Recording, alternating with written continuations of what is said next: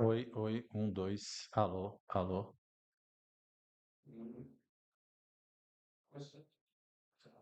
Olá, pessoal da Alicerce Concurso, estamos aqui ao vivo hoje para a gente falar sobre conteúdos pedagógicos, trazendo questões importantes, né? Questões da Banca IBAN, de outras bancas também, mas que tem a ver muito com o conteúdo, né? Tem a ver com o conteúdo do edital do Guarujá, tá? Então a gente vai falar, e claro, né? É sempre bom aprender com questões, eu falo muito isso, e aprender com questões serve para vários concursos, certo? Então, eu vou estar acompanhando aqui o chat. Se você tiver alguma dúvida, você pode colocar. É interessante você colocar o seu nome, de onde você está assistindo a live, tá? Que é legal para a gente interagir e conversar com vocês, certo?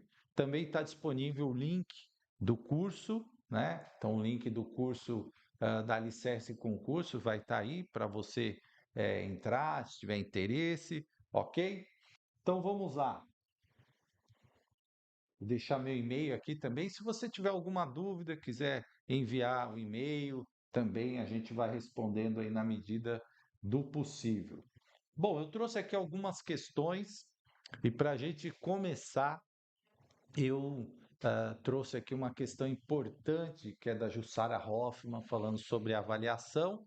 Então, uma questão que caiu no concurso de Cubatão, banca IBAN, tá? Então, a mesma banca que vai realizar a prova do Guarujá, e essa banca está sempre fazendo aí concursos aqui na Baixada Santista e em outras cidades também, tá? Então, olha só, IBAN 2025, Jussara Hoffmann, em sua obra Avaliação Mediadora, uma prática em construção da pré-escola à universidade, defende uma mudança de paradigma na avaliação escolar. Assinale a alternativa que descreve corretamente a concepção de avaliação mediadora proposta pela autora. Então, o IBAN ele usa sempre quatro alternativas, né, uma característica da banca, e aí quero que vocês prestem bastante atenção. Letra A. O professor na avaliação mediadora assume o papel de juiz, atribuindo notas e conceitos que refletem o desempenho dos alunos em relação ao padrão pré-estabelecido, sem levar em consideração as suas individualidades e os seus processos de aprendizagem. Letra B. A avaliação mediadora visa identificar os alunos com dificuldades de aprendizagem e separá-los em turmas especiais, de modo a garantir a homogeneidade das turmas e eficiência do processo de ensino-aprendizagem. Letra C.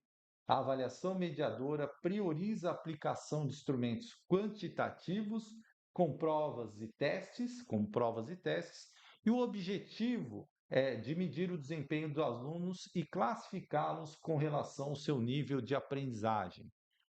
E letra D, a avaliação mediadora, segundo Hoffman, caracteriza-se por um processo contínuo e dialógico em que o professor acompanha ativamente o desenvolvimento do aluno, oferecendo feedback e intervenções que o auxiliem a superar as dificuldades e construir novos conhecimentos.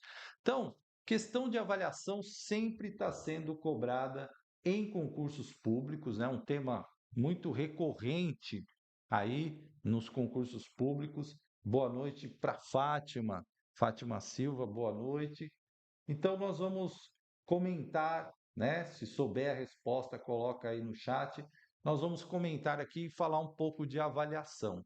Jussara Hoffmann é uma referência, né? Ela está sempre em vários concursos. Então, o que que ela defende, a Jussara Hoffmann, né? Quando ela fala de, desculpa aqui, a avaliação mediadora, tá? Ela fala da avaliação mediadora. Deixa eu colocar aqui. Olha só, quando ela coloca aqui, o professor na avaliação assume o papel de juiz, veja, atribuindo notas e conceitos que refletem o desempenho dos alunos em relação ao padrão estabelecido, sem levar em considerações as suas individualidades, isso aqui é exatamente contra o que a Jussara Hoffmann defende. Boa noite, Adriana Rangel. Então, primeiro, para ela, a avaliação é importante, né? O professor não pode ser um juiz, um julgador, né? A avaliação ela tem que dialogar com o aluno, ela é um instrumento importante na aprendizagem. Por isso, né? Quando fala assim, papel de juiz, sem considerar suas individualidades, aí tanto Lucchesi quanto Jussara Hoffmann vão falar, nós precisamos considerar as individualidades do aluno. Claro, cada aluno é um aluno, então isso aqui é totalmente contra o que a Jussara Hoffmann pensa. A avaliação mediadora visa identificar os alunos com dificuldade de aprendizagem e separá-los em turmas especiais. Aqui vai uma dica importante, gente. Eu sempre falo DNA da educação. Se você souber o DNA da educação, você vai acertar muitas questões em qualquer concurso. Olha só, falou em separar, dividir, segregar, não está de acordo com o DNA da educação. Primeiro, separá-los, já essa alternativa caía, né? Não separar os alunos em turmas especiais, jamais a Jussara Hoffmann vai defender isso. Olha, de modo a garantir a homogeneidade. O que que a educação valoriza? A pluralidade, a diversidade, a heterogeneidade. Então, isso aqui está fora também, não é a letra B. Quando a gente fala da C, a avaliação mediadora prioriza a aplicação de instrumentos quantitativos. O que diz a LDB? Nós temos que levar as questões qualitativas, né? O que é importante é a qualitativa e não a quantitativa, não é a quantidade, tá? Então, como provas e testes com o objetivo de medir o desempenho dos alunos e classificá-los em relação ao seu nível de aprendizagem. Primeiro, a avaliação que a Jussara Hoffmann defende é a avaliação mediadora. Então, ela não é para criar hierarquia, esse sabe mais, esse sabe menos, né? Ele não é para criar ali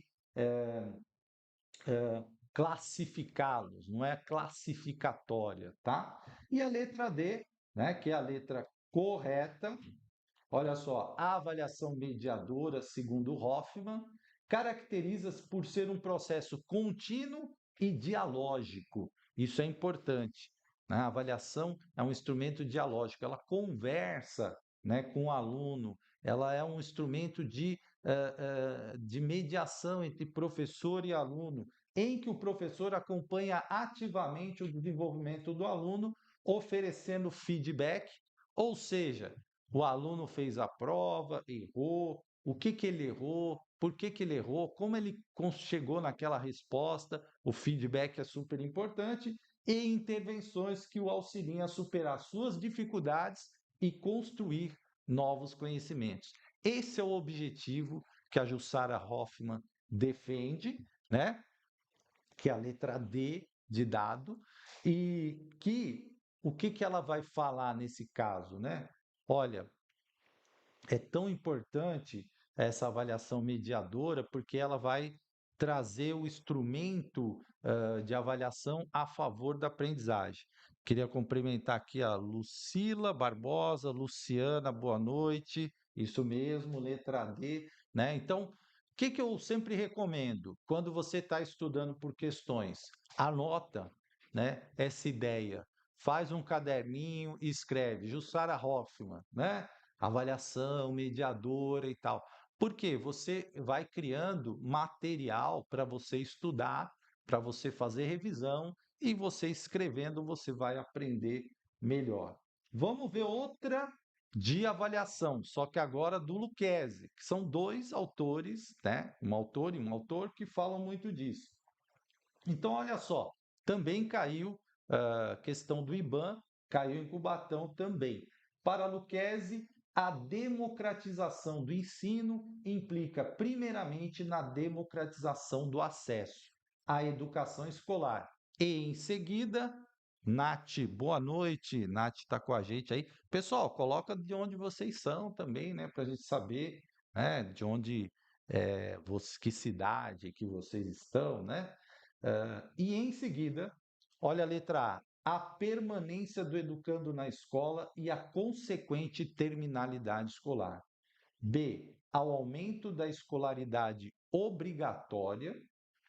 C, ao suporte da instituição escola e de seus autores, agentes de ensino e famílias. E D, a criação de mecanismos para melhorar as condições econômicas de competência profissional e motivacional dos alunos.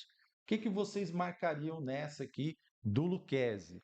Lembrando, né, que a gente tem aí muita proximidade entre o Lucchesi e a Jussara Hoffmann. Lembrando que o Lucchesi já está lá no curso, né, gravado, então é importante destacar isso. Também as aulas do Lucchesi já estão lá, tá? Então, que letra você responderia aí? Vamos lá. Lucila, Nath, Adriana. O que que o Lucchesi defende enquanto democratização do ensino? O que que implica isso? Ele fala aqui, ó, no primeiro, né?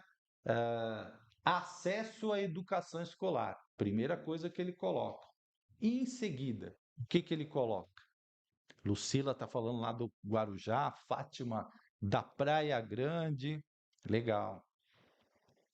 O que que o Lucchesi vai colocar aí?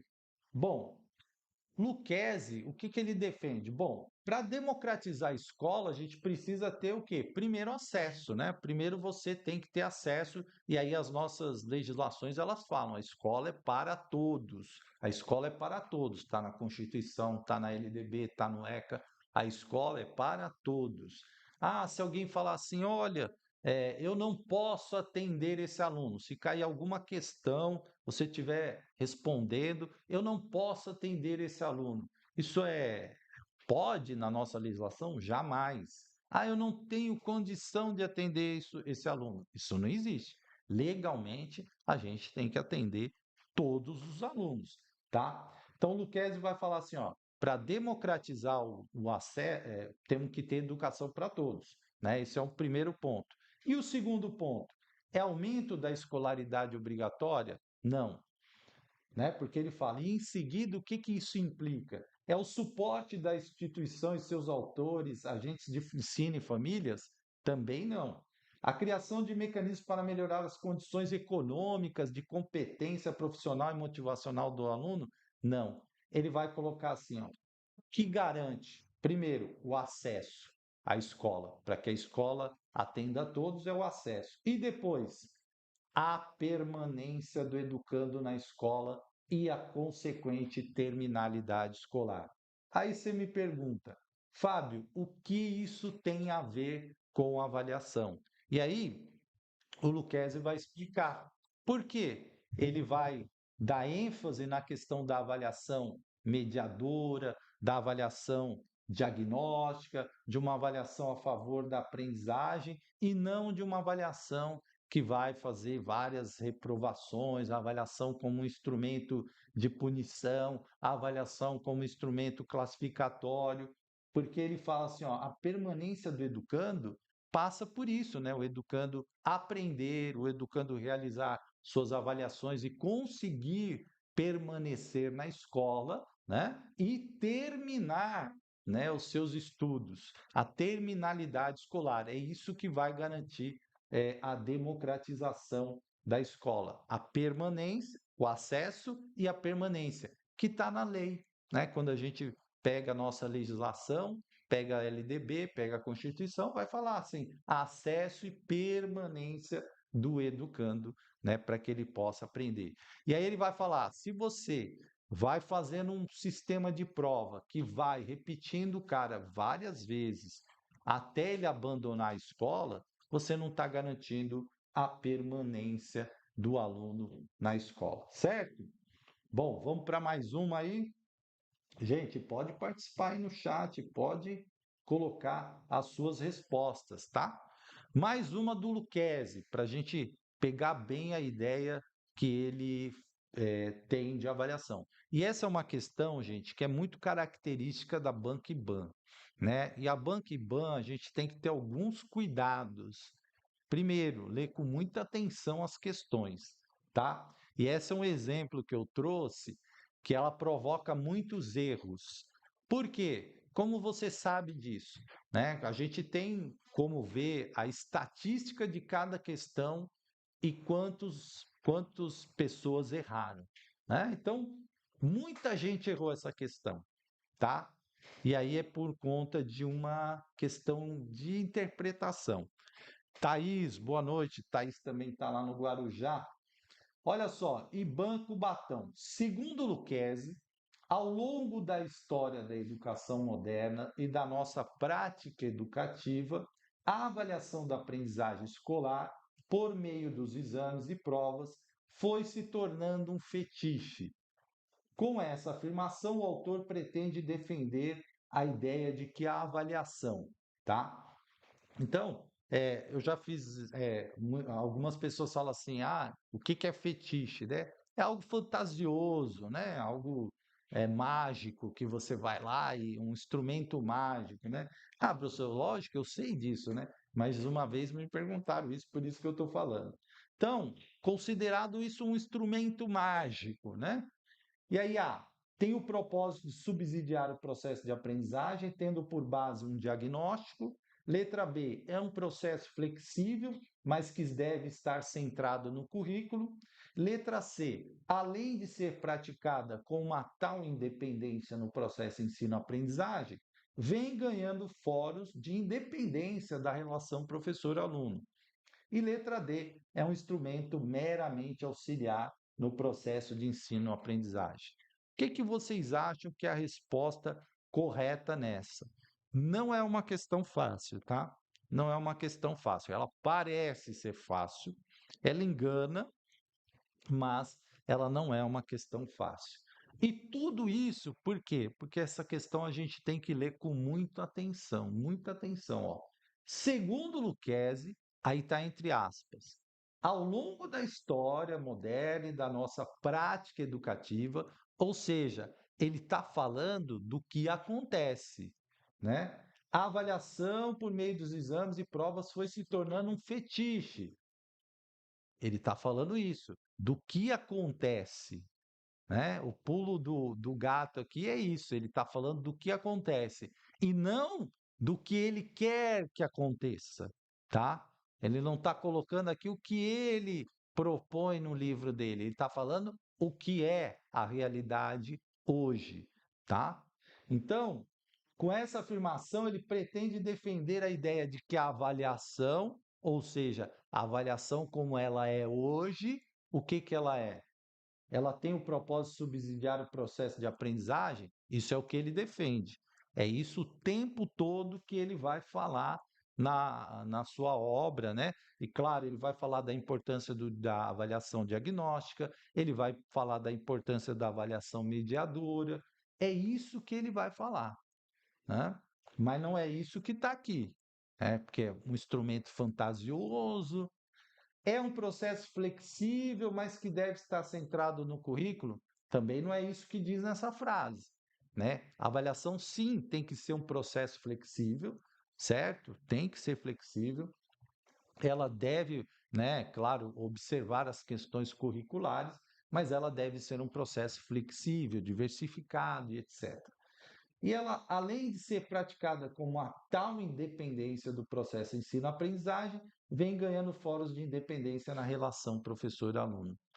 Olha a nossa resposta aqui. Veja, ela está sendo praticada com tal independência do processo ensino-aprendizagem.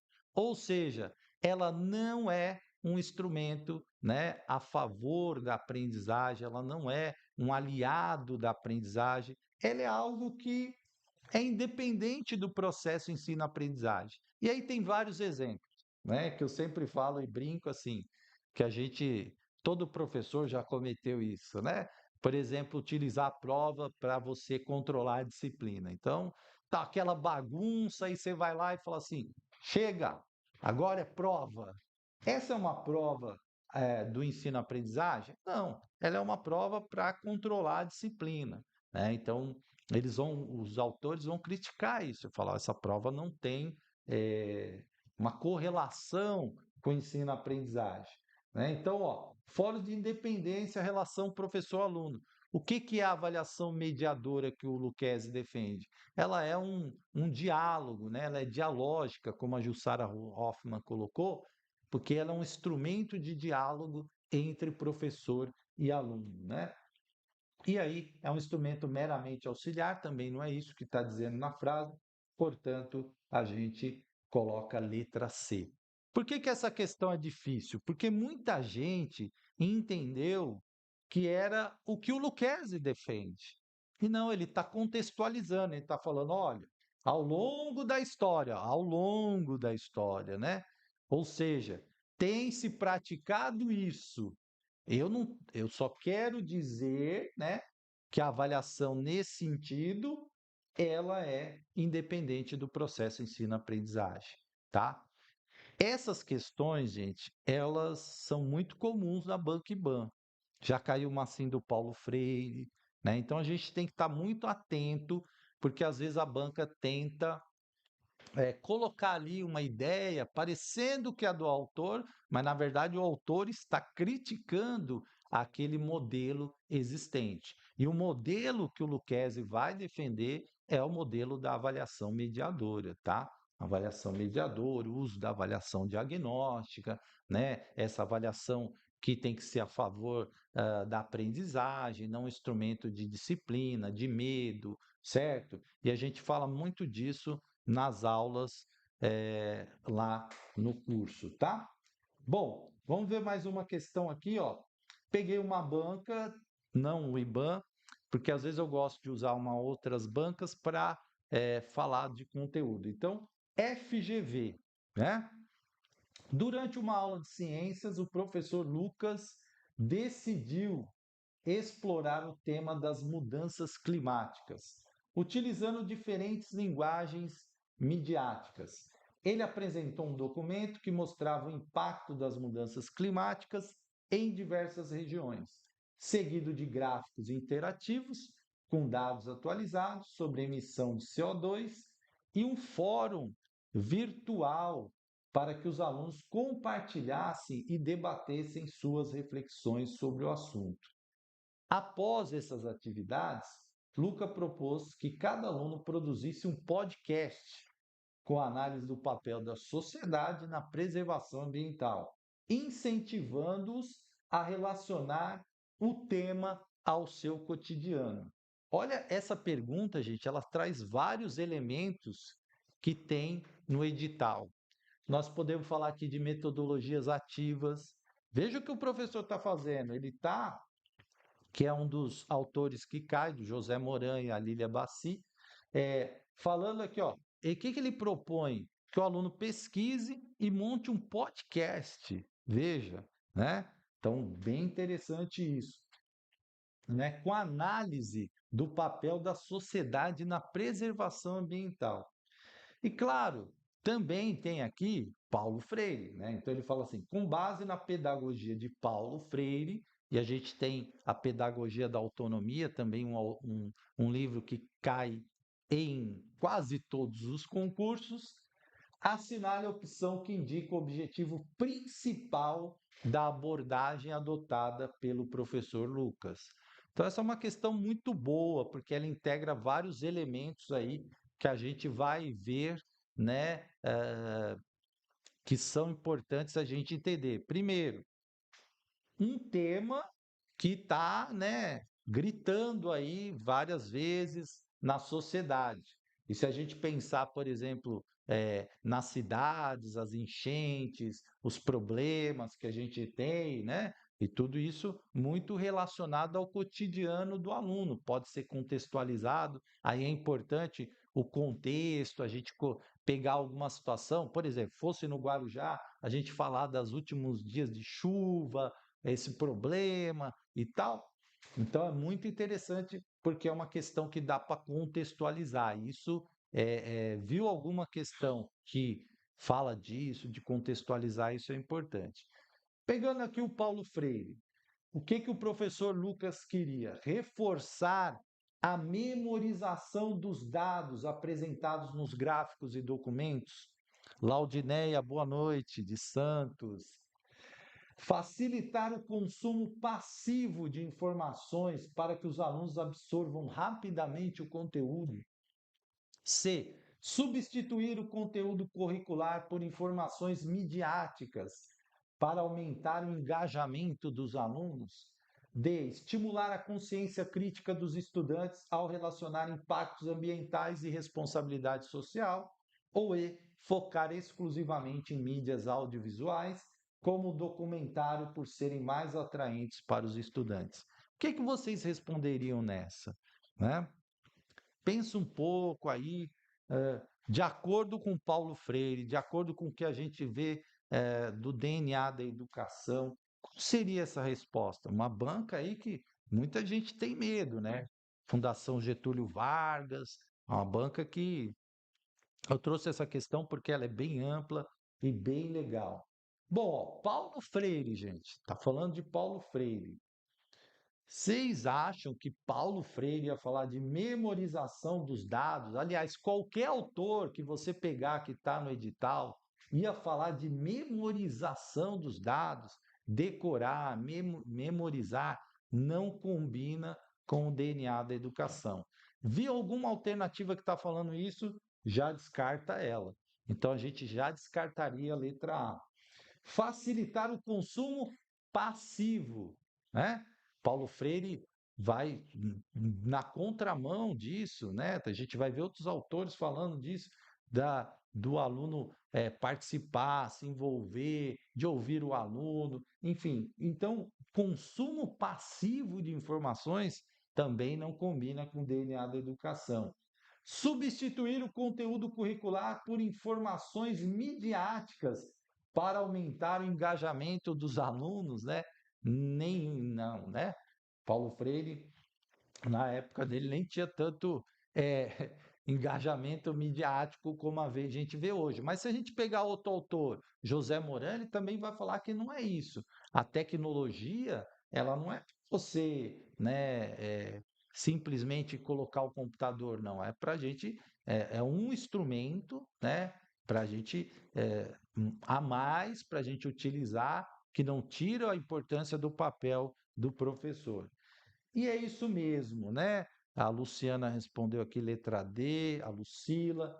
É estimular a consciência crítica dos estudantes ao relacionar impactos ambientais e responsabilidade social. Gente, grande parte, ou a maioria, ou quase todos dos autores que estão na maioria dos editais, vão falar da importância da gente estimular a consciência crítica dos estudantes, né? E aqui, ó, na letra E, por que que não é a letra E? Focar exclusivamente em mídias audiovisuais. E aqui uma dica importante.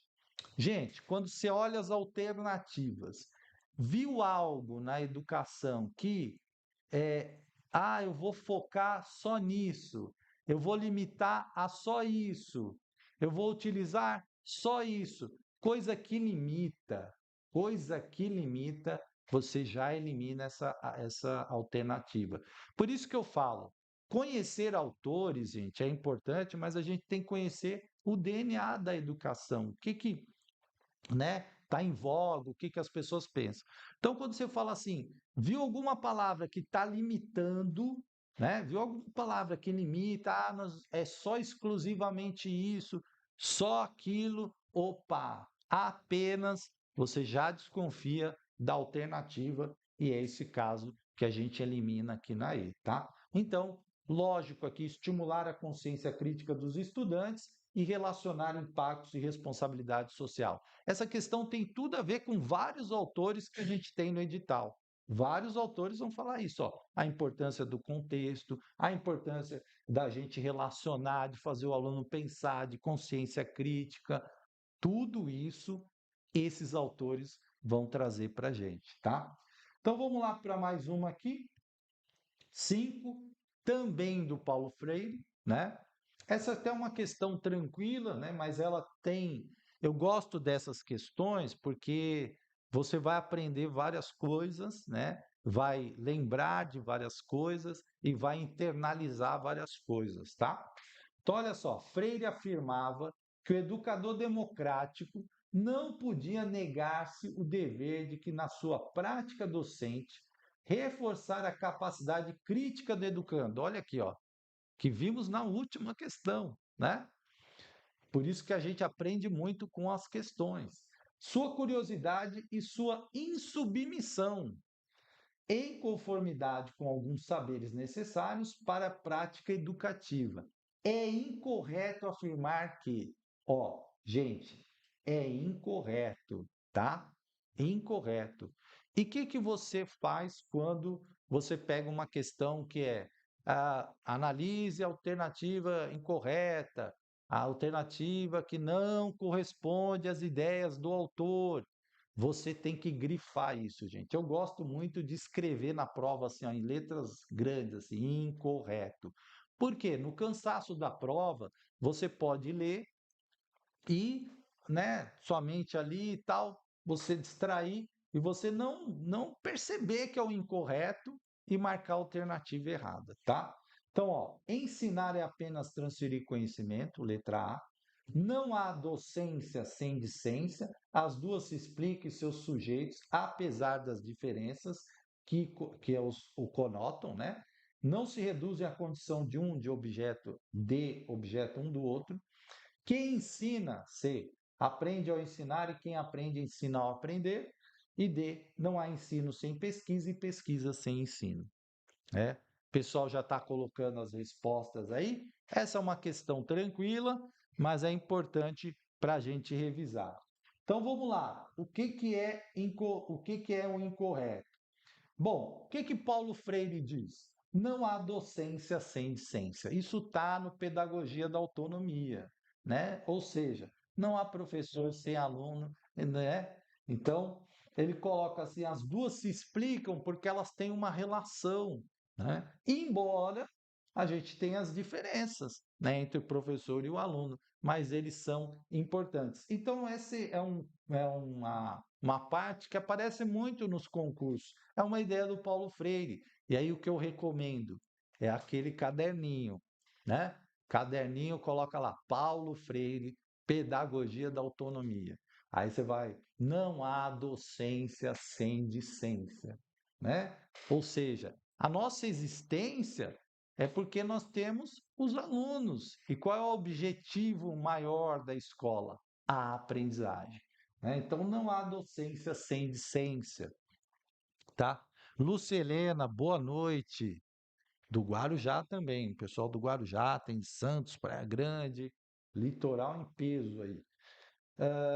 Quem ensina, aprende ao ensinar, e quem aprende, ensina ao aprender. Esse aí também é uma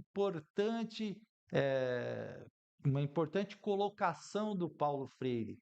Quando a gente ensina, a gente também aprende. Então, nós temos uma relação, né, dialógica ali com nossos alunos. Nós estamos ensinando e também estamos aprendendo, certo? Patrícia, boa noite. Patrícia Jesus. E aí, outra importante afirmação do Paulo Freire: não há ensino sem pesquisa e pesquisa sem ensino.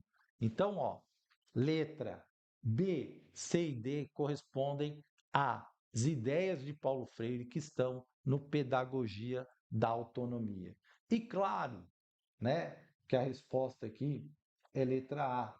Não ensinar é apenas transferir conhecimento? É o que o Paulo Freire critica, é o que o Paulo Freire vai colocar da educação bancária, né? Que o professor vê o aluno como algo em branco, que ele vai depositar todo o conhecimento dele ali, né? Então, ensinar não é apenas transferir conhecimento, certo? Paulo Freire vai dizer isso. Então, ensinar é apenas transferir conhecimento, essa é uma ideia incorreta para Paulo Freire, certo?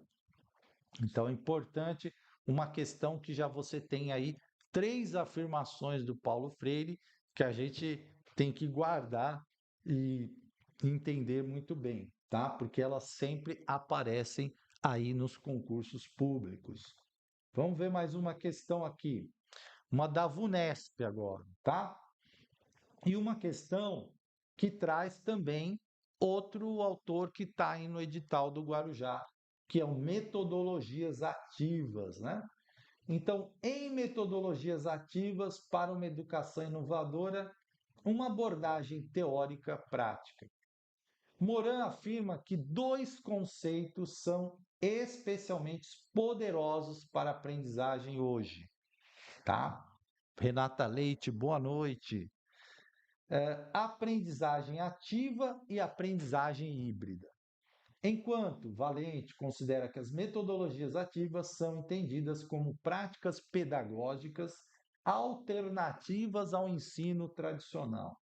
Dessa forma, de acordo com os autores, é correto afirmar que as metodologias ativas A. São interessantes propostas educativas, no entanto, seus usos são inviáveis na educação infantil ou no ensino fundamental 1, anos iniciais, devido à necessidade de pesquisas pelos estudantes em virtude do uso das tecnologias. Colocam o foco no processo de ensino e aprendizagem, no aprendiz, envolvendo na aprendizagem por descoberta, investigação ou resolução de problemas. Entre essas metodologias estão os projetos de aprendizagem por histórias e jogos. C. São novas abordagens que surgiram apenas nos últimos 20 anos, pois a proposta de uma educação baseada no processo ativo de busca de conhecimento pelo estudante só começou a ser atestada pela popularização da internet a partir de 2003. D. Servem para o professor transmitir informação ao aprendiz, que deve se manter quieto e atento à explicação do professor durante toda a aula. Em caso, o estudante em silêncio deve realizar exercícios escritos para fixação. Essas estratégias refutam o uso das tecnologias e são estratégias que rompem completamente com o modelo da escola atual, eliminando obrigatoriamente a organização por disciplinas e o planejamento prévio do professor, devido ao currículo flexível que deve estar circunscritas à educação infantil. Então vamos respondendo aí, eu vou beber só uma água aqui, tá?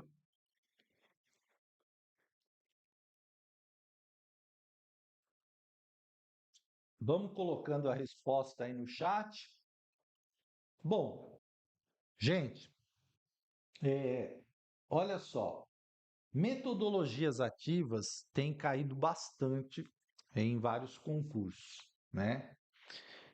Eu vou começar aqui com uma dica que eu já dei e que é importante você observar quando você vai responder na prova, tá?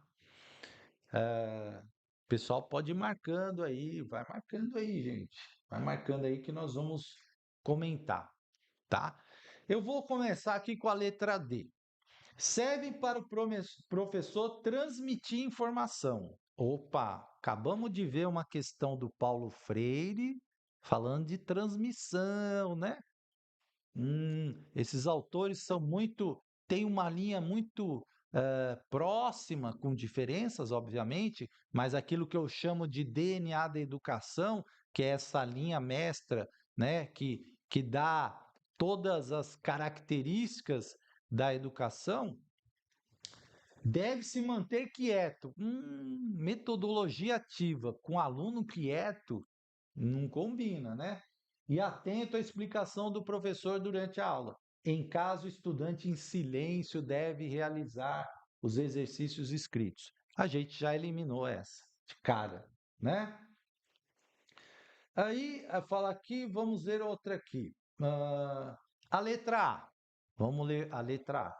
São interessantes propostas educativas. No entanto, seus usos são inviáveis na educação infantil ou no ensino fundamental 1. O que eu falei para vocês? Olha, limitou, né? Olha aqui, falou, não, metodologia ativa até é possível, porém na educação infantil não, também no ensino fundamental 1 não. Ó como essa questão já limita.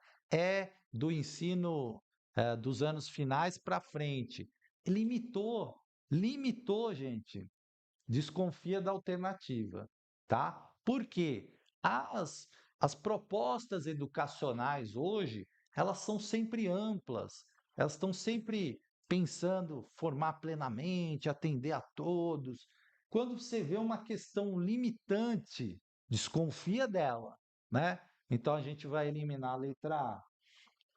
São novas abordagens que surgiram apenas nos últimos 20 anos, pois a proposta de uma educação baseada no processo ativo só começou a ser testada a partir da popularização.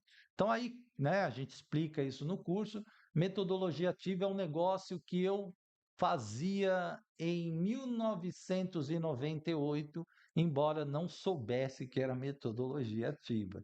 Né? O que é metodologia ativa? Sala invertida, né? Quando eu falo, olha, alunos, pesquisem esse tema, estudem sobre isso, porque na próxima aula nós vamos fazer um debate sobre isso. Isso é metodologia ativa, tá? Metodologia ativa não significa sempre computador. Metodologia ativa pode ser de várias formas. Pode ser um debate, pode ser um seminário, né? Pode ser uma roda ali de discussão, enfim. Isso tudo é metodologia ativa. O que quer dizer a metodologia ativa? É você fazer o aluno estar ali participando, pensando, refletindo, comentando. Isso é metodologia ativa, tá? Luciana colocou uma carinha triste aqui, não coloca não, Luciana. É assim que a gente aprende, né? É assim que a gente aprende. Olha só, é, então a gente já eliminaria também a letra D, né? São estratégias que rompem completamente com o modelo da escola atual, eliminando obrigatoriamente a organização e o planejamento prévio do professor. Não, não é eliminar, não é acabar com tudo, não é, não. A ideia é a gente agregar coisas novas, né? Não é eliminar planejamento, até porque a metodologia ativa ela exige muito planejamento. Ela exige mais planejamento do que uma aula tradicional, certo? Portanto, aqui a resposta seria letra B.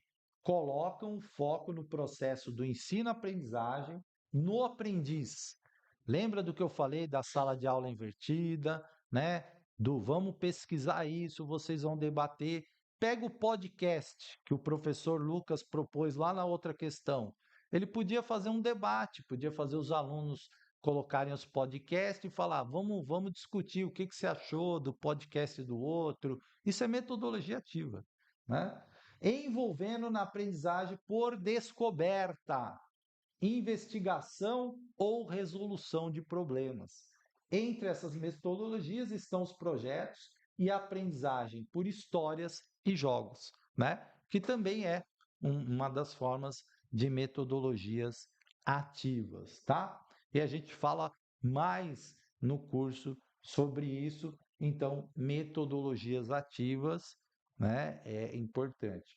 Gente, ó, queria falar para vocês por que eu gosto muito de questões, né? Eu fiz vários concursos e até eu começar a ser aprovado, eu errava muito, né? E eu comecei a descobrir que quando eu errava, eu ia aprendendo. Então, cada concurso que eu ia fazendo, eu falava, nossa, errei isso aqui. Eu lembro de uma coisa clássica, né? Que eu errei uma questão do Valon. Eu fiquei tão incomodado com aquilo que eu falei, não, preciso estudar Valon, né? Não podia ter errado essa questão. E aí é assim que a gente vai se estimulando, porque cada vez que você vai melhorando o seu desempenho, você vai conquistando cada vez mais, tá? Bom, mais uma da VUNESP, essa foi em 2023, Peruíbe, né? Afirma que as dão ênfase ao papel protagonista do aluno, ao seu envolvimento direto, participativo e reflexivo em todas as etapas do processo, experimentando, desenhando, criando, com orientação do professor. Tandadã, destaca a flexibilidade, a mistura e compartilhamento de espaços, tempos, atividades, materiais, técnicas, tecnologias que compõem esse processo ativo. Assinale a alternativa que preenche correta e respectivamente as lacunas do texto, né? Então, olha só, na primeira lacuna é aprendizagem personalizada, é metodologias ativas, é sala de aulas invertidas, é sala sem paredes, é aprendizagens baseadas em projetos. E aí, gente, a gente, né, pode responder aí. Eu gosto muito de questão de lacuna, o que que eu faço? Vou eliminando, né? Então, vou olhar a primeira. Espera aí. O que que diz a primeira? É isso? Não, isso aqui não é. Vou eliminando, vou riscando, tá? Vou riscando ali para fazer a questão. Patrícia já colocou resposta aí. Aí depois que eu eliminei as primeiras, eu vou para as segundas, para ver se confirma aquilo que eu estou pensando, né? Então eu faço prova assim. Eu vou aqui por eliminação. Bom, a primeira, eu posso dizer que é aprendizagens personalizadas? Não, né? Morano vai falar isso de aprendizagens personalizadas. Eu posso dizer que é metodologias ativas? Opa, aqui é a ideia central do Moran, né? É o título do livro, é metodologias ativas. Então, opa, B fica. Salas de aulas invertidas? E o Moran fala isso também, né? E agora? Será? Então, essa aqui, por enquanto, sala sem paredes. Não, Morano fala isso. Sala sem paredes, né? Desemparedamento da infância, tem um outro livro que fala sobre isso. E aprendizagem baseada em projetos. Bom, aí talvez não caiba aqui, né? Dá, mas vamos lá. Aí a segunda. Eu nem vou olhar porque eu já eliminei. Aprendizagem híbrida. Opa, é um tema que o Moran, né, aborda. Conteúdo factual? Não. Então a gente tirou a nossa dúvida em relação à sala de aula invertida, né? Porque ficamos nessa dúvida, mas conteúdo factual, o Moran não vai trabalhar isso. E a gente já tinha tirado aí. E concepção inatista, jamais, né? Aquela concepção inatista, nenhum autor vai falar assim, isso é inato, né? A gente já nasce sabendo isso, né? Porque isso vai contra aquilo que a maioria dos autores defende, inclusive a gente fala isso no curso, que é assim, a gente aprende, né? Eu até estava fazendo uma aula para PND, que era trabalho e educação, e eu falava isso. A gente aprende a ser humano, né, a gente tem se a gente pensar, por exemplo, o nosso cérebro, né, o nosso biológico, ele está preparado para falar, para andar, para fazer várias coisas. Mas se eu não tiver o outro, né? Se eu não tiver o outro ser humano, eu não vou aprender a falar. Não vou, tá? Então a gente precisa do outro, e aí entra a questão das interações, né? Vygotsky, interações, certo? Para que a gente possa aprender, né? Então, nós ficamos aqui, ó, metodologias ativas, né? Que as metodologias ativas dão ênfase ao protagonismo do aluno, ao seu envolvimento direto, participativo e reflexivo em todas as etapas do processo, experimentando, desenhando, criando com orientação do professor, ó, com orientação do professor. A aprendizagem híbrida destaca o quê? A flexibilidade. E mistura compartilhamento de espaço, tempos, atividades, materiais, técnicas e tecnologias. Por quê, gente? No híbrido, você pode aprender em casa, você pode pesquisar em casa, você pode, né, no ensino híbrido, ter aulas síncronas, né, que são aquelas que a gente está junto, que a gente, de alguma forma, vocês estão participando, como a gente está fazendo aqui ao vivo, ou assíncronas, que são as gravadas, né? Então, o ensino híbrido é exatamente isso. Só que o híbrido aqui, ele mistura o presencial com o estudo em casa ou estudo em outros lugares, né? Então, isso é ensino híbrido, né? Que envolve aí o presencial e também o virtual, tá? Então, o Moran vai falar disso, é importante. O aluno não precisa só aprender na sala de aula, ele pode pesquisar em casa, né? Então, isso também está dentro aí do ensino híbrido, portanto, letra B. Olha como duas questões, gente, trouxeram tantas informações sobre metodologias ativas. Duas questões, né? Trouxeram muitas informações sobre, é, sobre metodologias ativas e sobre José Moran, tá ok? Vamos lá para mais uma. 8. O processo de alfabetização e letramento, né? Então, dois conceitos importantes que aparecem muito aí, principalmente nas provas de PEB 1, né? Professor 1, abrange diversas etapas que envolvem o desenvolvimento de habilidades técnicas e a compreensão da função social da linguagem. Qual das alternativas a seguir representa um aspecto essencial do letramento que vai além da alfabetização? A. A habilidade de memorizar textos para recitação oral. B. A capacidade de compreender e utilizar a escrita em contextos sociais diversos. C. A correção imediata de todos os erros ortográficos durante as atividades de escrita.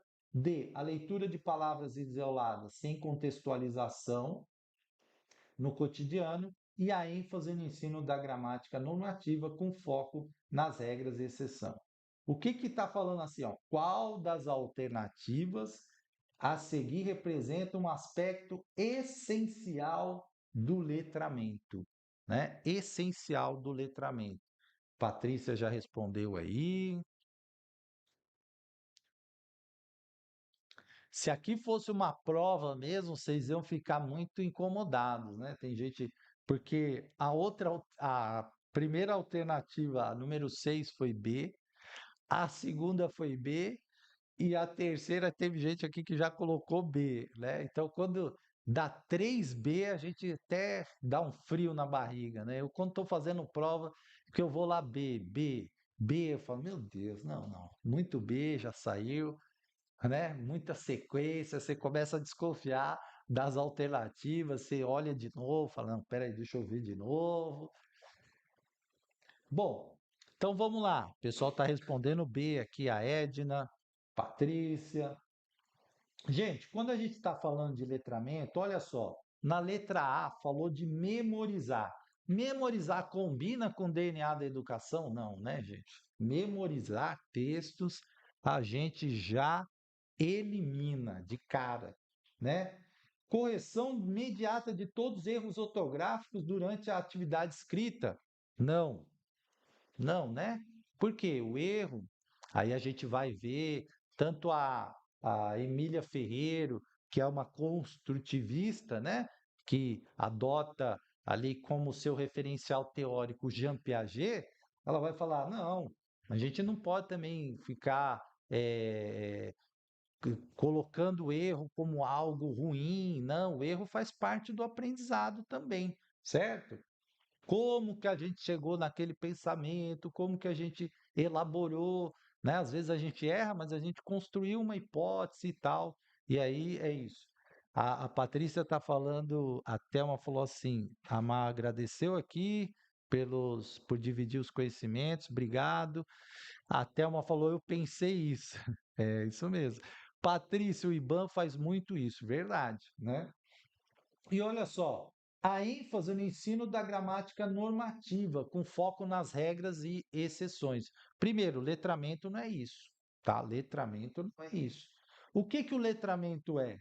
É a capacidade de compreender e utilizar a escrita e em contextos sociais diversos, né? Porque, gente, a língua, o letramento, ele vai falar da prática social, né? A alfabetização é importante, sim. E o letramento é o que? É a gente entender qual é a função, quais são, o que que a nossa, o que que envolve uma linguagem. E a linguagem, né, ela é carregada de questões culturais, né? Nós estamos aqui na Baixada Santista, a gente sabe que a gente vai na padaria e pede média, né? Mas eu tive um tempo lá na Zona Oeste, em São Paulo, em Barueri, em Santana de Parnaíba, que eu pedi a média, os caras me olhavam assim, eu falava 8 médias, aí o cara me olhava esquisito. Aí eu falava assim, o que que será que ele tá me olhando, né? Ele falou assim, mas você vai tomar 8 médias? Aí eu falei assim, não, é o pão. Aí, por quê? Lá média é café com leite, né? Aqui na Baixada, a gente fala média, né? Quando eu ia na escola lá, eu falava assim, gente, é só pegar o Errorex. Aí o pessoal falava, o quê, Fábio? Eu falava Errorex. Aí falando, o que que é isso? Eu falava assim, o corretor líquido. Eles falavam assim, Errorex, Fábio? Eu falava, a gente fala Errorex, né? Então, porque dentro daquele contexto que eu estava, aquela palavra ali muita gente sabe, mas quando eu só subi a serra, hein, gente? Muita gente já não conhecia. O letramento é a gente se apropriar dessas questões, das práticas sociais, né? Não só isso, obviamente, né? Muito mais que isso. Por que que a linguagem é usada, né? Os seus contextos culturais, as gírias, as expressões, enfim, tudo isso é letramento, certo? E aí a gente vai ver no curso, a Magda Soares fala assim: houve um momento no Brasil em que a gente achou que era só letramento. Não, agora é só letramento, é só letramento. Aí a gente esqueceu a importância da alfabetização, esqueceu a importância de que nós precisamos ensinar, né, os fonemas, precisamos as relações, né? Então ela falou, não é um é muito ligado ao outro, eles são como a gente diz, eles são indissociáveis, né? Letramento e alfabetização. Mas, né? Mas, aí a Thaís, eu sou de Santana de Parnaíba. Thaís, eu fui diretor em Santana de Parnaíba 5 anos lá, né? 5 anos. Estava no Parque Santana, lá em Santana de Parnaíba. Então, é muito, é muito comum a gente ver que a gente precisa também desenvolver essa questão, tá bom? Passar para outra aqui, ó, 9. Olha só, na perspectiva do desenvolvimento do princípio alfabético, segundo as teorias de Emília Ferreiro, assinale a alternativa que indica qual é uma característica da fase silábica. Isso aqui é campeão nos concursos, tá? Emília Ferreiro, falando de pré-silábica, silábica, silábica alfabética, alfabética, é campeã em cair em concurso, gente. Pode anotar que vai cair uma questão dessa aí. Fase silábica é o quê? Reconhecimento de letras como unidades isoladas, atribuição de uma letra para cada sílaba, independente dos sons, compreensão da relação entre fonemas e grafemas, dificuldade em distinguir letras de números, ou memorização de palavras como um todo sem análise das partes. O que que é a fase silábica? Respondam aí, tá? No curso a gente fala muito da Emília Ferreiro, né? Então, eu vou trazer aqui uns exemplos para vocês também, tá bom? Bom, ó, aqui de cara tem uma para a gente eliminar, né, gente? Ó, a palavra memorização, né? A gente já não marcaria letra I, porque memorização de palavras como um todo não tem nada a ver com a fase silábica, né? Compreensão da relação entre fonemas e grafemas. Não, né? Também já eliminaria. E dificuldade de distinguir letras e números também não, né? Não é isso a fase silábica. Ó, pessoa já está respondendo. Qual seria a resposta correta aqui? Fase silábica, gente, é o quê? É a atribuição de uma letra para cada sílaba, independentemente dos sons, tá? E aí é importante, no curso a gente passa isso, o que é a pré-silábica, o que é a silábica, o que é a silábica alfabética, o que é a alfabética, né? Para você não errar essa questão mais, tá bom? Então, a atribuição de uma letra não é o reconhecimento de letras como unidades isoladas, letra A, aqui seria letra B, de bola, ó, né? Aí já foi muito B, né, gente? E foi aleatório, não foi de propósito, tá? Mas aí, no caso, numa prova já não sai um, dois, três, quatro, cinco B, não sai, gente, né? No máximo três, né? Eu costumo brincar assim. Mas sabe que uma vez eu fiz um processo seletivo que tinha cinco alternativas seguidas da mesma letra. E eu fiquei muito incomodado com aquilo, mas eu tinha absoluta certeza de que eu estava correto nas minhas cinco marcações. Então eu deixei. E realmente a banca tinha colocado cinco sequências de letra. Eu nunca tinha visto acontecer isso, né? Mas normalmente o IBAN não faz isso, tá, gente? O IBAN não faz isso. Nem a VUNESP. Olha só, IBAN Cubatão. Organizar e dirigir situações de aprendizagem é manter um espaço justo para tais procedimentos.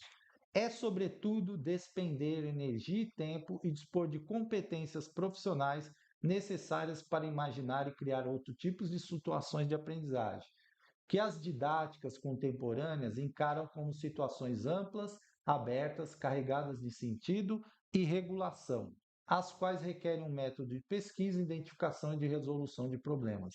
Nessa competência global, Perrenot mobiliza várias competências mais específicas, dentre as quais não está. Isso aqui, gente, é uma questão de IBAN, tem que prestar muita atenção. Olha o não, né? Tá sublinhado, né?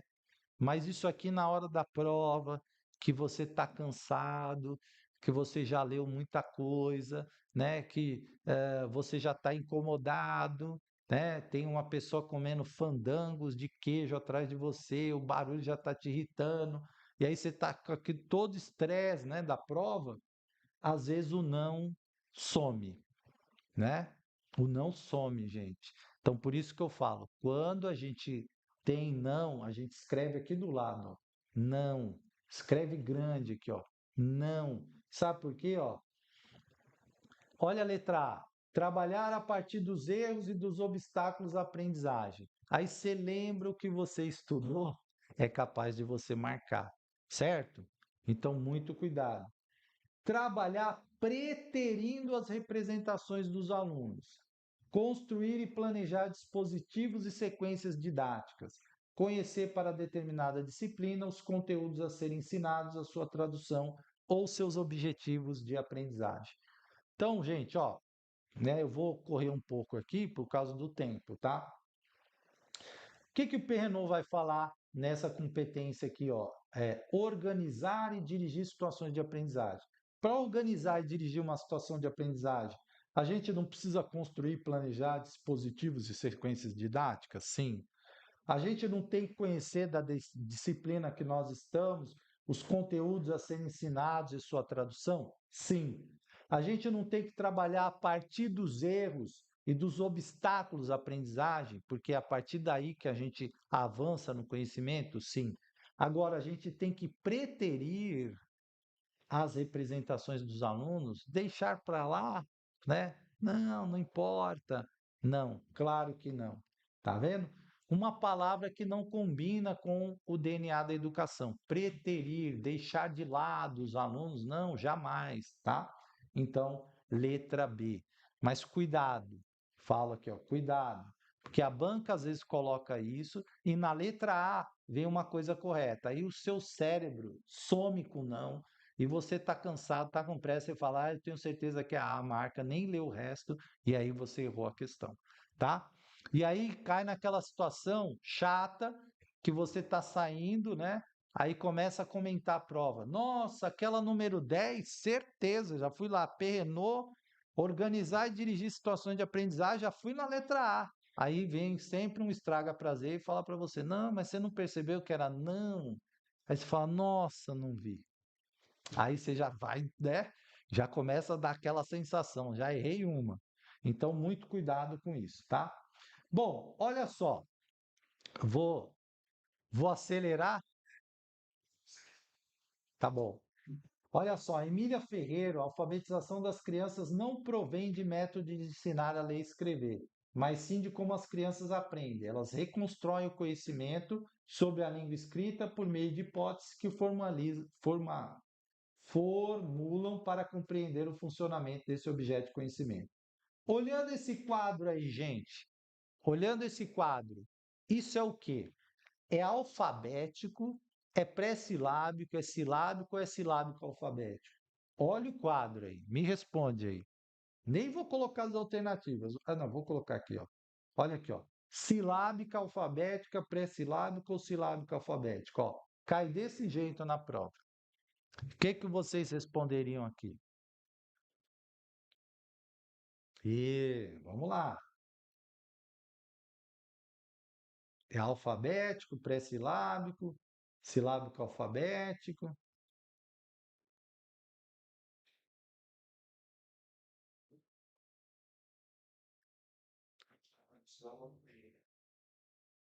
É, Lucila colocou B, Patrícia colocou B. Gente, ó, percebam, as palavras, elas estão quase certas, né? Estão muito próximas de estarem certas. Ó, futebol, faltou só o L. Vovô, correto. Caminhão, quase, né? Faltou o NH. Jacaré, ele colocou algo como gacaré, né? Aí, televisão, elevisão, faltou o T. Agora, certinho, cavalo, perfeito, né? Então, o que que a gente diz? Que é alfabética, gente. Né? A criança está cometendo pequenos erros, mas a palavra está quase toda certa, tá? Quase toda certa e algumas certas, né? Algumas estão escritas corretamente e outras faltando uma letrinha, né? Ali um, uma questão ou outra, tá? Então, neste caso, seria alfabética, ok? Bom, e essa aqui, ó. Tia Carla pediu os seus alunos do grupo 4 que escrevessem nome de animais com a primeira letra do seu nome. Veja abaixo a escrita das crianças, ó. João, Mariana e Carlos. O João escreveu A-A-E, né? Ele queria escrever o quê? Jacaré. A Mariana escreveu A-A-O, e ela queria escrever o quê? Macaco. Carlos escreveu A-O-O, e ele queria escrever cachorro. Segundo as pesquisas de Emílio Ferreira e Ana Teberoski, sobre a psicogênese da língua escrita, é correto afirmar que os estudantes da Tia Carla estão na fase pré-silábica, pré-silábica com valor sonoro, silábica alfabética ou silábica. E aí, o que, que vocês responderiam nessa? Só colocou as vogais, tá? Só colocou as vogais.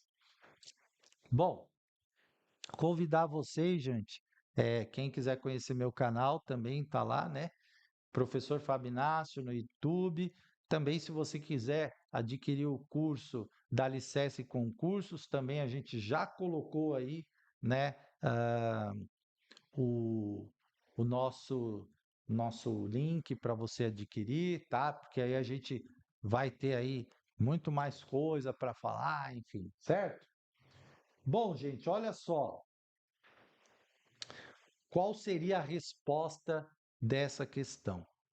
Muita gente colocando aqui pré-silábica, muita gente colocando pré-silábica com valor sonoro, outros ninguém colocou silábica alfabética acho que ninguém vai colocar, né?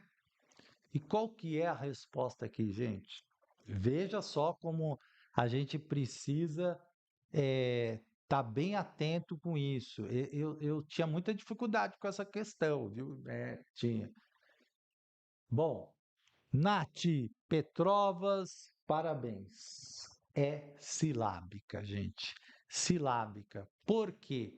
Ela está colocando ela ainda ela está colocando uma sílaba, não, uma letra para representar a sílaba, né? Mas a letra correta, tá? Então ela já está fazendo essa correspondência entre a palavra, mas ela ainda não compreendeu que, né? É a sílaba, portanto, é silábica, tá? Não é pré-silábica. No curso, eu mostro uma imagem do que é pré-silábica, tá? Eu mostro lá o que é pré-silábica, tá? Neste caso aqui, é silábica. E muita gente, né, às vezes erra essa questão, é uma questão difícil, mas é muito cobrado isso. Porque quando a gente tem as avaliações diagnósticas, né? E a gente faz muito isso, principalmente no primeiro ano, segundo ano, a gente faz muita avaliação diagnóstica, tem município que exige demais essas coisas, a gente tem que saber fazer essa classificação, né? Então as provas cobram muito isso, às vezes com imagem e tal. E às vezes dá até umas confusões, né? Já teve uma questão que uma vez eu entrei com recurso para anular porque a banca comeu bola, né? Acho que na hora de colocar lá eles se equivocaram, tá? Então, nesse caso, é realmente silábica, né? Se fosse pré-silábica, ela ainda não consegue fazer essa relação das sílabas, né? Porque aqui ela acerta, ó, jacaré, ela coloca A e E, né? Então, todas as vogais ela acertou. Macaco, todas as vogais ele acertou. E Carlos, também as vogais. Ela está fazendo uma coisa, só que ela ainda está fazendo assim uma letra para uma sílaba, né? Então ali ela está fazendo uma confusão, mas ela já é silábica, certo? A pré-silábica ela nem faria isso, tá? A Emília Ferreira e a Ana, elas não têm essa classificação pré-silábica com valor sonoro. A gente pode encontrar em algumas provas a silábica sem valor sonoro e a silábica com valor sonoro, tá? Certo? Mas normalmente é isso, né? Pré-silábica, silábica alfabética, eh, e silábica, né? Pré-silábica, silábica, silábica alfabética e alfabética. Tudo bem, gente? É isso. Passei aí 12 minutos do meu tempo, né? Se vocês tiverem alguma dúvida, quiserem colocar alguma coisa, pode comentar aí no chat, né? Pode mandar recado, a gente deixou os contatos. Deixei aí também o contato. E tem o Instagram também, né? Então você vai encontrar eu no Eita, nós, hein? Instagram. Você vai encontrar lá professor Fábio Inácio. Você vai encontrar também no YouTube, professor Fábio Inácio. Procura lá no YouTube, professor Fábio Inácio, tá? Estamos aqui no curso da Alicerce Concurso. O nosso objetivo é ver você aprovado, professor aí no Guarujá. Eu sempre falo isso. Nosso objetivo é fazer você passar. A gente hoje teve aqui convocação de secretários, inspetores de alunos, e alguns alunos, né, nessa lista já tem alguns alunos aí da Alicerce que já convocados para secretário, convocado para inspetor de alunos, né? Então, do último concurso que teve aqui em Cubatão, que foi Banca IBAN também, né? Que foi Banca IBAN. Tá bom, gente? Então, desejar a todos vocês sucesso nessa prova. Se inscrevam no canal do Alicerce, tá? Se inscrevam também aí no meu canal, quem quiser me seguir, a gente está convidando vocês. E qualquer dúvida, a gente está à disposição para estar colaborando aí para vocês conseguirem essa aprovação. Lembrando que a aprovação, gente, ela passa por você. Se você tiver a oportunidade de comprar o curso, muito legal, isso ajuda muito, né, o seu estudo, o seu planejamento, sistematizar, enfim, dá muita força para a gente, né? Ah, agradecer a Nath, né? Obrigado e estamos aí, tá bom, gente? Um grande abraço a todos, sucesso, que vocês possam ser aprovados nesse concurso, que é bem bacana, a cidade do Guarujá, um salário que a gente sempre quer mais, né? Professor, a gente sempre fala que, poxa, a gente podia ganhar mais, mas comparando, né, com outros locais, o salário do Guarujá está partindo de um patamar legal, né? Então, se você dobrar ainda, você consegue ampliar um pouco mais aí essa remuneração, certo? A Lucila está perguntando se tem curso presencial. Não, Lucila, não tem curso presencial. Eu já fiz curso presencial, mas atualmente eu não estou fazendo, até por questão do trabalho, enfim, né? Deslocamento. A gente tem uma região que o deslocamento não é tão favorável às vezes, né? Tá bom? Lúcia Helena, obrigado. Fátima Silva, obrigado. Obrigado a todos vocês, tá? Precisando, é só mandar mensagem ou para a Alicerce ou para mim, tá? Que a gente vai ter maior prazer em atender vocês. Grande abraço e até a próxima.